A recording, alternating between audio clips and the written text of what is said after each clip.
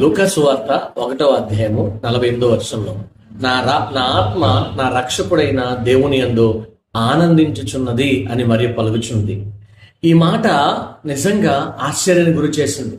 రక్షకుడే తన కడుపున పుడుతూ ఉంటే ఆమె నేను పాపిని, నాకు రక్షణ అవసరం అని గ్రహించినటువంటి స్త్రీగా ఉన్నది. ప్రతి ఒక్క మనిషి జీవితంలో పశ్చాత్తాపడి యేసుక్రీస్తుని సొంత రక్షకునిగా కలిగి ఉండి దేవుని నామానికి మహిమార్థమై జీవించి క్రీస్తు కొరకు బతకడం నిజంగా చాలా అవసరం.